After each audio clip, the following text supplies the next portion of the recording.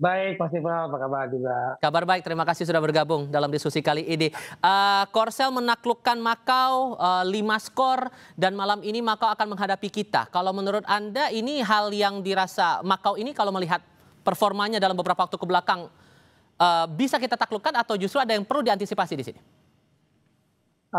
Harusnya kita tidak perlu mengatakan Makau itu setara dengan Korea Selatan yang paling berat di grup J ini. Tapi ketika kita gagal menang menghadapi Laos, mesti melepaskan 25 tembakan, itu menjadi buat kita ketar-ketir. Apalagi barusan Laos dihajar 7-0, kalau nggak salah ya 7-0 oleh Korsel.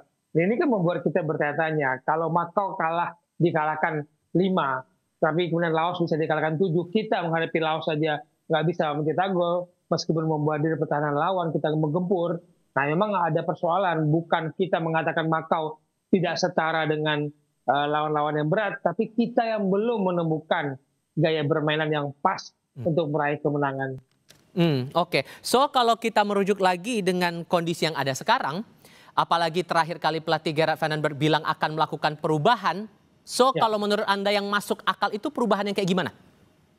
Nah, ini menarik Mas Tifal. Kita sudah menerima line up dari Vandenberg yang akan dimainkan melawan Makau. Ada 6 pemain yang tidak diturunkan sebagai starter setelah dia bermain dari awal pertandingan menghadapi Laos. Di lini depan tidak ada Rafael Struijk, tidak ada Jens Steven, tidak ada kapten kita Kadek, tidak ada Donitri yang menjadi pemain andalan Gerard Vandenberg. Kalau saya lihat bisa main di kiri, bisa main di tengah. Jadi perubahan-perubahan ini memang membuat kita kemudian menunggu apakah efektif melakukan banyak perubahan. Hanya ada 5 pemain starter yang dipertahankan di pertandingan menghadapi Makau setelah kemarin 0-0 lawan Laos. Jadi perubahan gaya bermain ini memang kalau menurut saya menjadi ujian berat bagi Vandenberg karena pembandingnya 2024 kita mencapai semifinal, Mas Iqbal.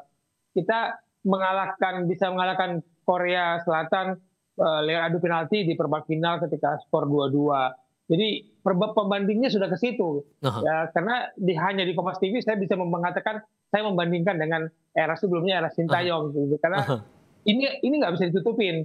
Dan kerjaan berat bagi Vandenberg adalah dia harus meracik cara bermain yang pas untuk materi yang pas yang saat ini dia miliki.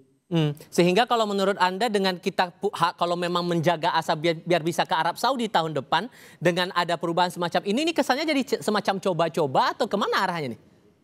Iya, saya menarik pilihan kata-kata coba-coba tadi, Mas Iqbal. Dengan perubahan ini kan coba-coba benar. Berarti ketika kemarin kita mengatakan di AFF U23 itulah pemanasan sesungguhnya yang dilakukan oleh Gerard Vandenberg. Oke, kita melihat kita hanya bisa pesta gol melalui Brunei. Setelah itu kan kita kesulitan tuh. Menghadapi Filipina kita unggul 1-0 dan gol bunuh diri lawan. Kita nggak bisa melawan Malaysia, kita 0-0.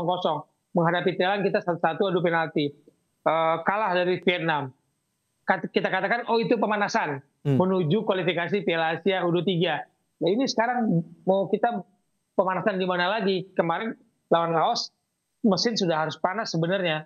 Nah ini melawan Makau, tidak ada cerita harus menang banyak gol kalau mau mendapatkan posisi paling tidak 4 runner-up terbaik ya. Kalau mengalahkan Korea Selatan di puncak klasemen ya sudah, kita nggak akan berharap banyak ke situ. Pertaruhannya besar ditambah Rafael Struijk kabarnya juga tidak akan turun ke lapangan. Nih harus ekspektasinya harus ngukurnya sampai di mana kita melihat pertandingan malam ini? Itu dia, karena Rafael Struijk kalau menurut saya kemarin bisa masuk ke dalam kotak penalti, sering mengacak-acak, tapi dia bermain di 2 posisi, kiri dan kanan, dan gaya bermainnya memang sudah dibaca ya. Kalau saya lihat, dia membawa bola pasti menggiringnya ke arah kanan atau kiri lawan.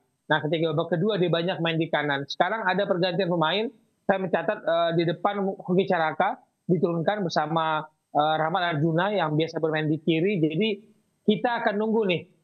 Coba-coba tadi Mas Tifal katakan, coba-coba perombakan di partai penting yang sungguh penting menurut saya menghadapi Makau. Ini menjadi ujian sejauh mana Gerard Vandenberg mengenal timnya, mengenal pemainnya. Dan setelah keluhan dia mengatakan bahwa pemain U23 itu minim bermain di klub, pembandingnya 2024 sampai semifinal kok Piala Asia U23. Sama-sama minim bermain di klub itu, Mas Ival. Oke, so penegasan saja. Kalau kita kan sudah punya pengalaman tanding di AFF kemarin sebelum pertandingan yang kemarin lawan Laos, tapi dalam catatan kita Laos kita imbang tanpa gol. Ini apa ya yang jadi masalah sebetulnya? Jam terbang itu sudah harus tidak bisa dibantah ya, karena sebanyak apapun Anda latihan tanpa pertandingan akan terasa bedanya. Kita melepaskan 25 tembakan ke gawang ke pertahanan Laos tambah 1 gol, dan pertahanan Laos yang ya membangun benteng pertahanan yang sangat menumpuk di depan gawang mereka, bukan tidak mungkin akan terjadi lagi menghadapi Makau. Nah, variasi intensitas serangan ini yang kita tunggu dari tim Gerald van Lember. Tidak bisa lagi monoton serangannya, sudah harus mencetak gol cepat sejak awal supaya menimbulkan kepercayaan diri pada pemain Garuda Muda. Tapi yang tentu kita harapkan hasilnya adalah hasil positif, karena pertaruhannya untuk tahun depan kita menghadapi Piala Asia U23 yang akan berlangsung di Arab Saudi tahun 2026 nanti. Bung Wesley, terima kasih sudah berbagi pandangan untuk kami hari ini. Selamat malam, Bung. Baik.